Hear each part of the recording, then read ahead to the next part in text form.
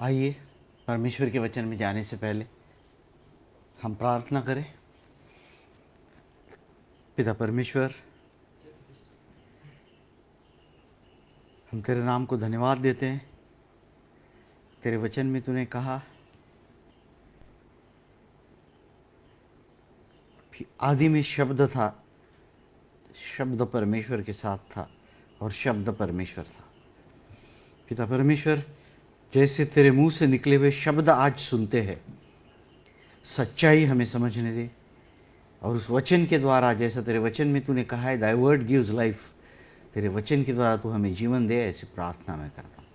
नासुर यीशु के नाम से मांगता हूँ, आमीन।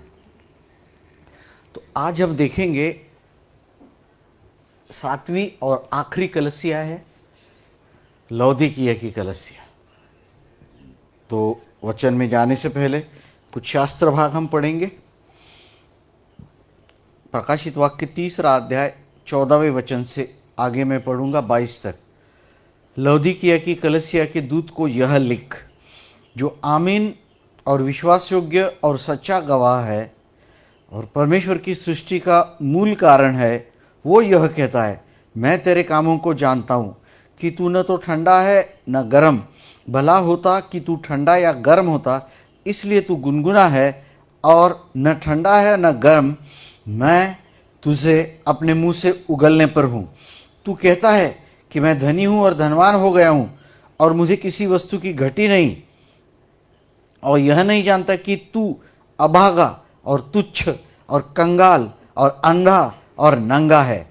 इसलिए मैं तुझे सम्मति देता हूँ कि आग में ताया हुआ सोना मुझसे मोल ले कि तू धनी हो जाए, और श्वेत वस्त्र ले कि पहनकर तू अपने नंगेपन की लज्जा तुझे अपने नंगेपन की लज्जा न हो, और अपनी आँखों में लगाने के लिए सुरमा ले कि तू देखने लगे। जिन पर मैं प्रेम करता हूँ उन सबको उलाहना और ताड़ना देता हूँ। इसलिए सरगर्म हो और मन फिरा देख, मैं द्वार पर खड़ा हुआ खटखटाता हूँ। यदि कोई मेरा शब्द सुनकर खोलेगा, मैं उसके भीतर आकर उसके साथ भोजन करूँगा और वह मेरे साथ। जो जय पाए उससे मैं अपने साथ अपने सिंहासन पर बैठाऊँगा, जैसे मैं भी जय पाकर अपने पिता के साथ उसके सिंहासन पर बैठ गया। जिसके कान है वो सुन ले कि आत्मा कलीसिया को क्या कहता है। आमीन, हालेलुया। पूरा आज का मैंने जो था लौदीकिया की कलीसिया का पूरा पढ़ लिया मैंने, इसलिए कि ये जो संदेश है, ये संदेश आज की तारीख में, इस युग में जो कलीसिया है, I don't see संदेश in your contacts. Who do you want to send it to? इसीलिए हम क्या करेंगे, हमारे से ज़्यादा संबंध रखता है, इसलिए थोड़ा गहराई में जाकर थोड़ा हम देखेंगे संदेश को। इस कलीसिया का सबसे बड़ी बात है, कलीसिया का जो समय है ये अभी का है। 1909 से लेकर स्वर्गारोहण तक, 1909 से रैप्चर तक, 1909 से लेके मेगारोहण तक। याद रखें, इस समय में हम लोग आते हैं, तो हमें ठीक से सुनना चाहिए। सबसे पहली बात है कि ये एशिया माइनर का सबसे धनी और प्रगतिशील नगर था। यहाँ पर बड़े बड़े कारखाने थे और बैंक भी थे। ये नरम, चमकीला और काला ऊन उत्पन्न करने के लिए ये शहर मशहूर था। यहाँ पर क्या किए जाते थे, प्रसिद्ध और कीमती भव्य वस्त्र बनाए जाते थे, जो अन्य देशों में एक्सपोर्ट यानी भेजे जाते थे बना के यहाँ से। और यहाँ पर एक आयुर्वेद शाला थी, जो एक मलहम बनाती थी, आँखों में डालने के लिए क्या करती थी, वो मलहम बनाती थी।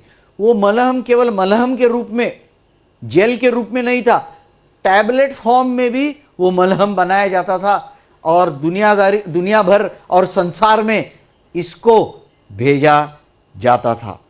वहाँ पर ऐसे पानी के झरने थे जो ना ठंडे थे ना गर्म थे, तो नहाने के लिए बहुत अच्छे थे। काफ़ी लोग उधर नहाने के लिए जाते थे। यहाँ यहूदियों का एक बहुत बड़ा समुदाय भी रहता था और यह बड़ा धनी और आरामदायी रहने वाला नगर था। आप तो समझ गए होंगे, इसीलिए ये संदेश प्रभु ने इनको दिया है और वो सही संदेश दिया है।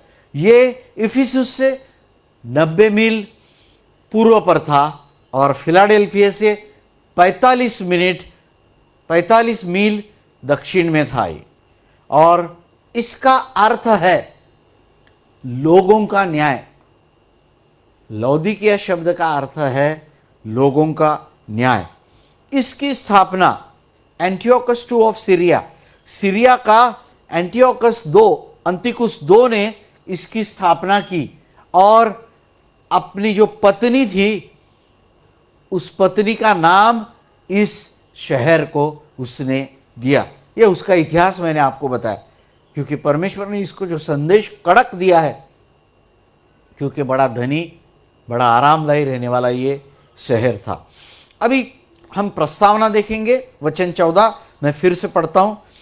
और जो आमीन और जो विश्वास योग्य और सच्चा गवाह है और परमेश्वर की सृष्टि का मूल कारण है प्रभु के, आमीन। यहां पर प्रभु के विषय में आमीन कहा गया है। आप समझ रहे हैं इस बात को? प्रभु के विषय में आमीन कहा गया है। अगर थोड़े से पुराने नियम में हम जाएंगे, यशायाह की किताब 65वां अध्याय और 16वें वचन में ऐसा कहा गया है कि परमेश्वर सच है। और ये सच के लिए इब्रानी भाषा में आमीन शब्द उपयोग में लाया गया है। उसका अर्थ ये है कि प्रभु यीशु ख्रिस्त जो आमीन है, उसके वचन में किसी भी प्रकार की शंका लेने की आवश्यकता नहीं है।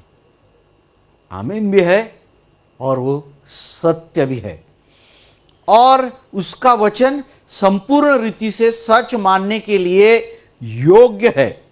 उसकी जो प्रतिज्ञाएं हैं, उसकी जो प्रॉमिस है, वो क्या है? वो सभी विश्वास रखने के लिए एकदम योग्य है।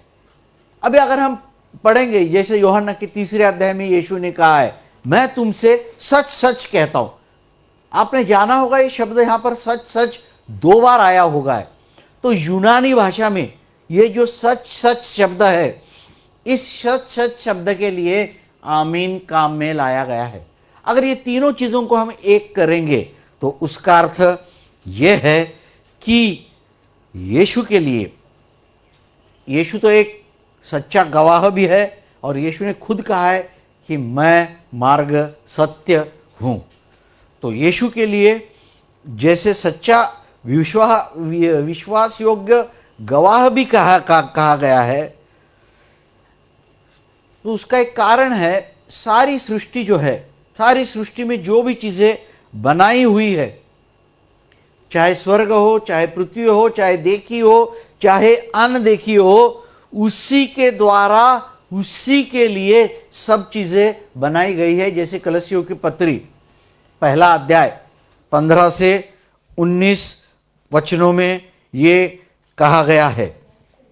और वो सृष्टि का मूल कारण है जो उसको कहा गया है, ये है उसी के द्वारा, उसी के लिए सब चीजें बनाई गई, इसीलिए उसको सृष्टि का मूल कारण भी कहा गया है। आमीन, हालेलुया। ये तो प्रस्तावना यीशु के विषय में, क्यों आमीन और सृष्टि का मूल कारण, उसी के द्वारा, उसी के लिए, ये बात महत्वपूर्ण जानना है। अभी आक्षेप जो है उसके ऊपर लिया गया है। वचन 15 से 17 में फिर से आपको बताऊं, मैं तेरे कामों को जानता हूं कि तू न तो ठंडा है और न तो गर्म। भला होता कि तू ठंडा या गर्म होता, इसलिए कि तू गुनगुना है और न ठंडा है और न गर्म, मैं तुझे अपने मुंह से उगलने पर हूं। तू कहता है कि मैं धनी हूं और धनवान हो गया हूं और मुझे किसी वस्तु की घटी नहीं है, और यह नहीं जानता कि तू अभागा और तुच्छ और कंगाल और अंधा और नंगा है। मैं बार बार कहता हूं, 1901 के आगे जो कलसिया है, उनके लिए यह परमेश्वर का वचन है। हम इसी समय में आते हैं, इसी पीरियड में हम लोग हैं। इसलिए थोड़ा गहराई में जाकर मैं बताता हूं कि कई कलीसिया जो संसार भर में फैली हुई, चाहे हिंदुस्तान में हो, चाहे अमेरिका में हो या ग्रेट ब्रिटेन में हो, यही स्थान पर वो इसी समय पर इसमें से गुजर रही है। तो तू ना तो ठंडा है और ना तो गर्म है। इसका अर्थ क्या है? आप जानते हैं कि जो ठंडा ना गर्म, उसका अर्थ क्या है? वो गुनगुना है। अगर गुनगुना पानी आप पियो या कोई पेय है, ड्रिंक है जो गुनगुना आप पियो, क्या होता है? उल्टी ऐसा होता है, आदमी उल्टी कर देता है। या तो गर्म होना चाहिए या तो ठंडा होना चाहिए। आज जो कलसिया की दशा है, मंडली की दशा है, एक बर्तन में गर्म और ठंडा साथ में रहेगा, ऐसी दशा मंडली की है। इसका अर्थ जो है समझना बहुत जरूरी है। लोग सुबह ठंडे रहते, शाम को गर्म, या सुबह गर्म रहते, कल ठंडे हो जाते। इसको बोलते हैं ठंडा और गर्म। ना तो ठंडा है ना गर्म है।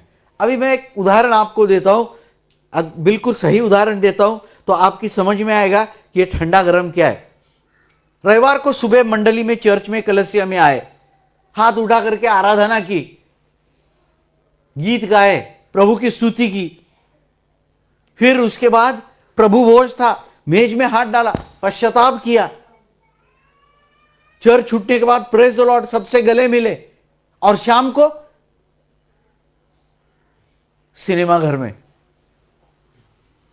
या बियर बार में। सुबह कैसे थे? गरम, शाम को ठंडे, दोनों मिलाएंगे तो गुनगुने। ये उसका असली अर्थ है। आपको सिर गर्म तो सिर गर्म ही रहना चाहिए। यीशु कहता था चाहे तो ठंडा होता तो भी अच्छा होता, एटलीस्ट दुनियादारी का तो मजाक लेता, ना इधर ना उधर, ना घर के ना घाट के। ऐसा बिल्कुल गलत बात है। और ये क्या है? ये लापरवाही की वृत्ति। अरे सुबह तो गया था ना, चल अभी शाम को जाता हूं ना, क्या होता है? थोड़ा विलास घर में जाता हूं, उसमें क्या होता है? लापरवाही की वृत्ति हमारे अंदर नहीं होनी चाहिए। हमारा समर्पण दिन प्रतिदिन तुझ में प्रभु, समर्पण हमारा बढ़ते जाए।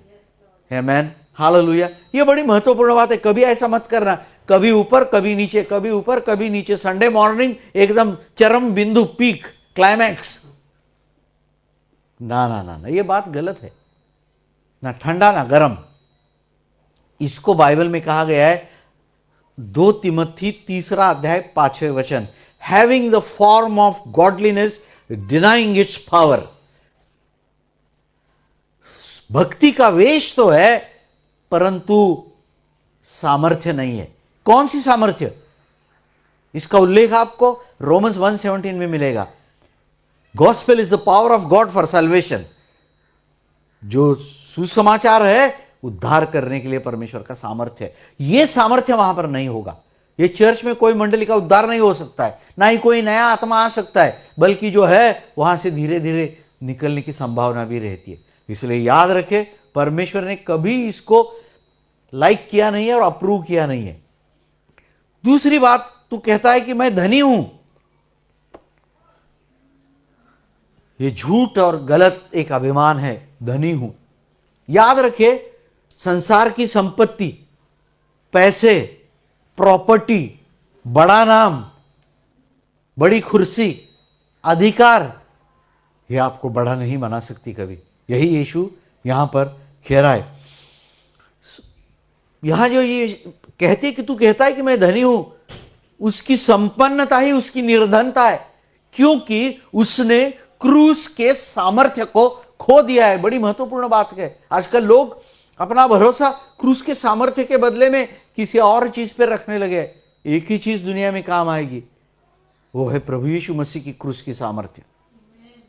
पैसा, संसार, दुनियादारी, प्रॉपर्टी, बड़ा पोजीशन, कभी आप देखना टेस्ट करके कौन आपके काम आता है। जो मैं बोल रहा हूं आप अनुभव लेंगे। इसलिए परमेश्वर का वचन कहता है taste and see that the Lord is good. पर चख के देखो परमेश्वर कितना अच्छा है। Amen, hallelujah. तो मैं जो कह रहा हूं कि तू कहता है कि मैं धनी हूं, प्रेरितों के काम 3 अध्याय में पतरस जब जा रहा था मंदिर में प्रार्थना करने के लिए, लंगड़ा भिखारी उसको देख रहा था। प्रेषित कहता है कि मेरे पास सोना और चांदी नहीं है। और आजकल की कलीसिया के पास सोना है, चांदी है, बैंक बैलेंस है, फिक्स डिपॉजिट है, शेयर्स है, म्यूचुअल फंड है और क्या नहीं है, सब कुछ है उनके पास। यही बात है। और इसके लिए ये धोखा है, ये गलतफहमी नहीं है कि ये सब होने के बाद हम धनी नहीं हो सकते, बल्कि धन का धोखा बहुत बड़ा रहता है। आप विविध किस्म के परीक्षा और फंदे में पड़ जाते हैं और बहुत व्यर्थ अभिलाषा में भी फंस जाते हैं, क्योंकि जिसका पैसा बढ़ जाता है वो कभी संतुष्ट नहीं होता है। और कमाएगा तो और ही कमाएगा, और ही कमाएगा तो और ही कमाएगा। और कितना भी बोलोगे नहीं मैं कमा के रख दूंगा, कि मैं देखूंगा नहीं, रोज बल्कि देख लेंगे आप जाके उसको कि कितना और बढ़ गया है। तो उसका धन उसको बिगाड़ता है। मगर जिसके पास आत्मिक धन है, आंतरिक धन है, वह धनी है। आप समझ गए इस बात को? ये जो कलीसिया बोल रही है, ये कलीसिया को एक समय अपना स्थान नहीं था। स्थान बोले तो अपना कोई घर, आराधना करने के लिए जगह नहीं था, गिरजाघर नहीं था, चर्च नहीं था। और आज मंडली के पास चर्च की इमारत है। केवल इमारत ही नहीं, विश्वविद्यालय खोला है लोगों ने। इतना ही नहीं, आपकी जानकारी के लिए ये बताऊं कि आजकल ये मंडलिया, चर्चेस या कलीसिया ने अपने निजी बैंक भी खोल दिए। मुझे नाम लेने की जरूरत नहीं, आप आंखें खोल के रास्ते पर जाओ, किधर भी आपको चर्च के नाम का बैंक मिल जाएगा। अरे पहले सोना चांदी नहीं था, आज बैंक हो गई चर्च के पास। धोखा है ये, धोखा। इससे बचे रहना चाहिए हमें। और यह अज्ञानता है, डिसेप्शन। फंस जाते हैं हम लोग कि परमेश्वर की नजरों में कलीसिया अभागी, तुच्छ, कंगाल, अंधी और नंगी है। यीशु ने बड़ी जोर से फटकार लगाई यहां पर। आप समझ रहे इस बात को? आंतरिक संतोष उनको नहीं है। अभागे लोग है वो। शांति इन चीजों से नहीं मिलती है। एफिशियंस 2:14 में कहा गया, एफिशियंस 2:14 में, ही इज आवर पीस, वो हमारी शांति है। आमेन। रोमियो की पत्री 5वां अध्याय पहले 1-2 वचनों में लिखा है, since we are justified by faith we have peace with God. हमें परमेश्वर ने नीतिमान, न्यायपरायण ठहरा है, इसलिए हमें परमेश्वर की शांति है। जब तुम परमेश्वर के पुत्र यीशु के ऊपर विश्वास रखोगे तभी शांति आएगी। और अगर आप कहोगे कि मेरे पास सब कुछ है, तो सबसे अभागे वो है। कौन अभागे? वो जानते नहीं कि वो किस हालत से जा रहे। दूसरी बात है कि ये कह रहे कि वो कौन है, बहुत अमीर है, पर ये नहीं जानते क्या है वो। नंगे हैं, अंधे हैं। मैं आगे चलकर आपको बताता हूं। वास्तविक पोशाक नहीं होने के कारण नंगे है वो। कौन सा पोशाक? जिस दिन आपने परमेश्वर के पुत्र यीशु के ऊपर विश्वास रखा, आपका विश्वास आपके लिए क्या हो गया? God counted that as righteousness. आपने विश्वास रखा, पापों की क्षमा हो गई, परमेश्वर की धार्मिकता आप बन गए, और वो धार्मिकता के वस्त्र परमेश्वर आपको पहना है। जिसने विश्वास नहीं किया वो नंगा है, उसके पास कोई वास्तविक पोशाक नहीं है। ये बात समझने की जरूरत है। और क्या है? अंधी है कलीसिया। कलीसिया को दिखता ही नहीं है ठीक से। एक उदाहरण मैं आपको देता हूं, थोड़ा समय लूंगा मगर थोड़ा स्पष्ट करूंगा आज। कोई आंदोलन शुरू हो जाता है तो चर्च का पुलपिट उसके लिए वापर में लाया जाता है। फॉर एग्जाम्पल, ये श्वेत वर्णीय और काले, गोरे और काले लोगों के बीच में अमेरिका में झगड़ा चल रहा है। क्या है उसका? Black life matters. जो भी है, ये चीजें कलीसिया से प्रचार करके इनका कोई उपाय नहीं मिलने वाला। बदलाव अंदर आना चाहिए। आमेन। जब अंदर बदलाव आएगा तो बाहर बदलाव आएगा। तो ये गलत चीजें सब मंडली कर रही है। हमारे यहां भी कई ऐसी चीजें होती है। मसीह लोगों के हकों के लिए एक स्थापना की जाती है, सारी कलसियां वहां चली जाती है, और चर्च के लोग आके भी मुझे पूछते हैं हम क्यों नहीं जा रहे।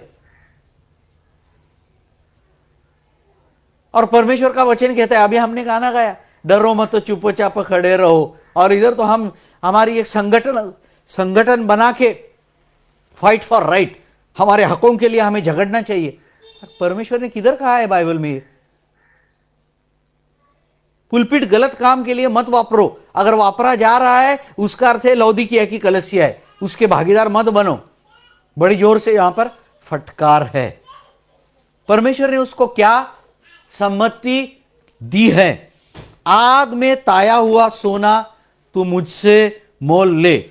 आग में ताया हुआ सोना क्या है? ये आग में ताया हुआ सोना जो है, परखा हुआ विश्वास। 1 पतरस 1:7 में ऐसा लिखा है, trial of your faith is more precious than gold. आपका विश्वास जब परखा जाता है आग में, क्या होता है? सोने से भी मूल्यवान हो जाता है। तो उसकी तुलना उससे की है। परखना परमेश्वर की ओर से रहता है, परीक्षा शैतान की ओर से रहती है। ये फर्क आप समझ जाओ। और जब परमेश्वर हमारी परखेगा हमें, तो हमें चोखे सोने के समान निकलना है। Amen, hallelujah. और वहां पर सम्मति दी कि तू श्वेत वस्त्र पहन ले। ये श्वेत वस्त्र क्या है?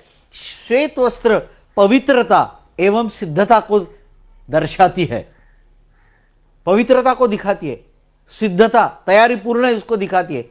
ये क्या करेगा? ये तेरे नंगेपन को ढक देगा, झांक देगा। धार्मिकता के वस्त्र, उद्धार के वस्त्र, जैसे यशायाह की किताब 61वां अध्याय 10वें वचन के अनुसार परमेश्वर ने बनाए हुए ये उद्धार के वस्त्र हमें पहन लेना चाहिए।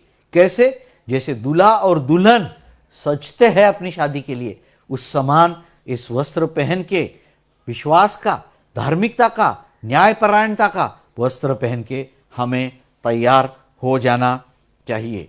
तीसरी महत्वपूर्ण बात है, परमेश्वर का वचन कहता है कि सम्मति में कि तू मुझसे आंखों का सुरमा ले ले। तू क्यों? तू अंधा है और तू जानता नहीं कि तू अंधा है। इससे बड़ी खतरनाक बात क्या है? अगर समझो एक आधे आदमी को कैंसर हो गया, उसको मालूम पड़ गया उसको कैंसर हुआ है, तो जाके ट्रीटमेंट ले लेगा, चंगा तो हो जाएगा। चंगा नहीं भी हुआ तो भी उसकी आयुष्मान बढ़ जाएगी। पर हाय उस व्यक्ति पर जिसको कैंसर हो गया और उसको मालूम ही नहीं कैंसर हुआ है। कितनी खतरनाक बात है। वो जानता भी नहीं कि उसको बीमारी है, तो ट्रीटमेंट भी नहीं लेगा। वैसे ये लौदीकिया की कलीसिया जानती भी नहीं कि वो अंधी है, कि वो नंगी है, अभागी है, तुच्छ है, जानते भी नहीं, तो उपाय कैसा करेंगे? ट्रीटमेंट कैसा लेंगे? यही महत्वपूर्ण बात है जो हमें समझना चाहिए कि देखो उन्हें क्यों कहा गया है अंधा और सुरमा लेने के लिए।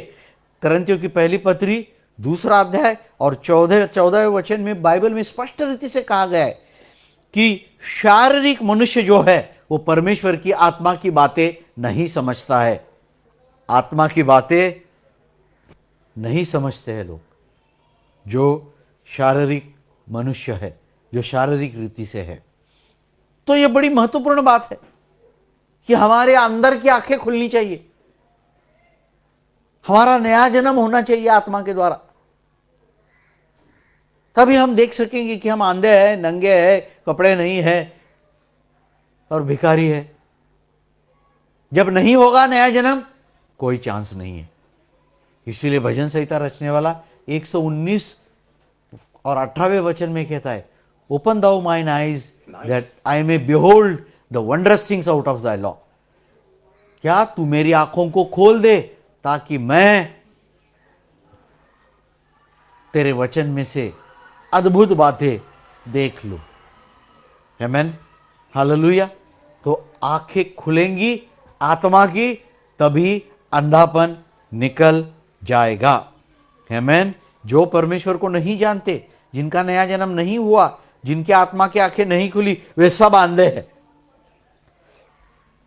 दूसरी बात है वचन 19, उसको उलाहना और ताड़ना क्या दिए है? जिन जिनसे मैं प्रीति रखता हूं उन सबको उलाहना और ताड़ना देता हूं। अब ये कलसिया में परमेश्वर ने इसकी कुछ भी तारीफ नहीं की है। हमने पहली 6 कलसिया देखी, 2 को तो कोई दोष था ही नहीं, स्मुरना और फिलाडेल्फिया को कोई दोष नहीं। बची हुई 5 में से 4 को कुछ ना कुछ बातों की तारीफ की है परमेश्वर ने, उसकी स्तुति की है कुछ ना कुछ बातों के लिए। मगर ये कलसिया ऐसे कोई भी अच्छी बात नहीं है, बड़ी खतरनाक बात है। और ये 1900 सदी की कलसिया है और 20वीं सदी की, ये तो और भी हमारे लिए खतरा है, क्योंकि सतर्क रहना चाहिए। प्रभु का प्रेम कितना अथाह है, विश्वासी लोग जानना चाहिए। इतनी खराब कलसिया होने के बावजूद भी परमेश्वर उसको प्रेम करता है। जिससे मैं प्रेम रखता हूं उसको उलाहना और ताड़ना देता हूं। ये गुनगुनी कलसिया को भी परमेश्वर कहता है कि तुम मन फेरा सरगर्म हो। एक विश्वासियों को मिलीजुली दशा में नहीं रहना चाहिए, परंतु प्रभु के कार्य में हमेशा गर्म या सरगर्म होना चाहिए। आमेन, हालेलुया। प्रतिज्ञा, परमेश्वर ने क्या प्रतिज्ञा की है? कोई मेरा शब्द सुनकर द्वार खोलेगा तो मैं भीतर आकर उसके साथ भोजन करूंगा और वह मेरे साथ। देख, दरवाजे पे खटखटा रहा हूं मैं, कोई दरवाजा खोलेगा, मैं अंदर आऊंगा, उसके साथ भोजन करूंगा, वो मेरे साथ। कई बार ये लोग प्रचार करते समय मिस्टेक करते हैं, लोगों को लगता है कि ये अविश्वासियों के लिए पुकार है। बिल्कुल नहीं, ये जो पुकार है, दरवाजा खोल, मैं दरवाजा खटखटा रहा हूं, अविश्वासियों के लिए नहीं है। ये कौन सी, ये मसीहत में जो लौदीकिया मंडली है उसके लिए ये कहा गया है। ये तो सब मसीह पहले से यीशु को जानने वाले लोग हैं, उनको यीशु कह रहा है, अरे देख मैं दरवाजे पे खटखटा रहा हूं, तू दरवाजा तो खोल। कलसिया का पतन कैसे होते जा रहा है थोड़ा सा हम समझेंगे। प्रकाशित वाक्य 1 अध्याय 13वें वचन में यीशु मंडली के मध्य में था, बीच में था, और 3 अध्याय तक लोगों ने उसे बाहर कर दिया है। अभी वो बाहर से ठकठका रहा है। मंडली का पतन नीचे नीचे नीचे होते जा रहा है, अधोगति चल रही है। मंडली आत्मिक रीति से गिरते गिरते गिरते जा रही है। तो सबसे दयनीय दृश्य यह है कि यीशु मंडली के बाहर है। आमेन। और वो कहता है कि यदि कोई द्वार खोलेगा तो मैं अंदर आऊंगा और उसके साथ भोजन करूंगा। उसका अर्थ है अटूट संगति। थोड़ा भोजन के बारे में मैं आपको समझा दूं। ये यूनानी, मतलब ग्रीक लोग थे ना, यूनानी लोग, वो सुबह उठते अपना नाश्ता जल्दीबाजी में कर लेते थे और निकल जाते थे काम के लिए। दोपहर का भोजन अक्सर बाहर खा लेते थे, और जब रात को घर में आते थे तो रात का जो भोजन है बड़े आराम से और फुर्सत से खाते थे, कोई जल्दीबाजी नहीं, आराम से। क्योंकि एक ही टाइम यीशु ने ये, उधर यीशु का ये कहना है, अगर मैं अंदर आऊंगा तो मैं तेरे साथ आराम से खाना खाऊंगा, जल्दीबाजी में नहीं। क्या ये किस चीज को दर्शाता है? अटूट संगति।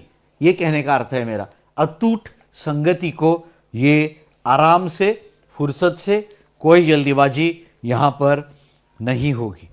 आमेन। और कोई आदमी ये पुकार की स्वीकार करेगा, यीशु की जो बुलाहट है उसकी स्वीकार करेगा, यीशु अंदर आएगा।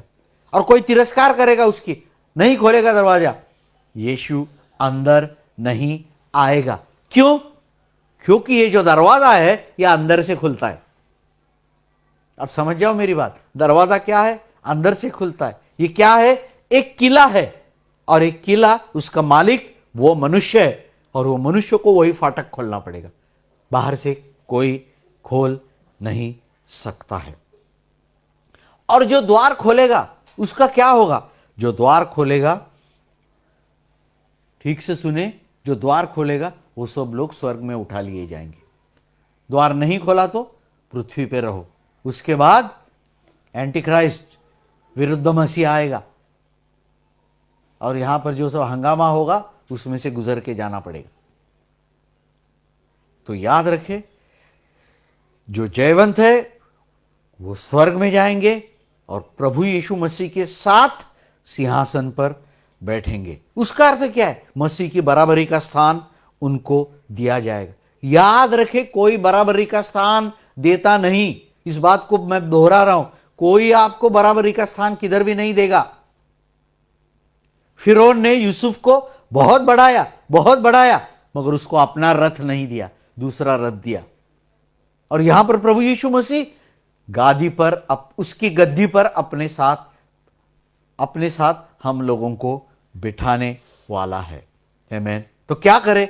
आंखें उठाकर उस गद्दी को देखो, जो गादी पे हमें बैठना है, उस गादी को देखो और मन का दरवाजा खोल दो। यीशु की ये पुकार है, इसको अगर हम नजरअंदाज करेंगे एक बहुत भारी कीमत चुकानी पड़ सकती है। मंडली में, कलीसिया में, चर्च में या न्यू लाइफ में जाने से किसी का नया जन्म नहीं होता है। प्रभु यीशु मसीह का व्यक्तिगत रीति से उद्धारकर्ता के रूप में पश्चाताप के बाद, स्वीकार करने के बाद उसका नया जन्म हो जाता है, तभी वो स्वर्ग में लिया जाएगा। आप समझ रहे हैं इस बात को? कभी ये मत सोचना रविवार सुबह सबसे पहले पहुंच जाता हूं चर्च में, जोर से ताली बजाता हूं, हाथ ऊपर करके प्रेज वर्शिप करता हूं, सबसे ज्यादा ऑफरिंग डालता हूं, स्वर्ग में जाने का वो रास्ता नहीं। पश्चाताप, विश्वास, मुंह से कबूल करना, तभी स्वर्ग का दरवाजा खुल जाएगा।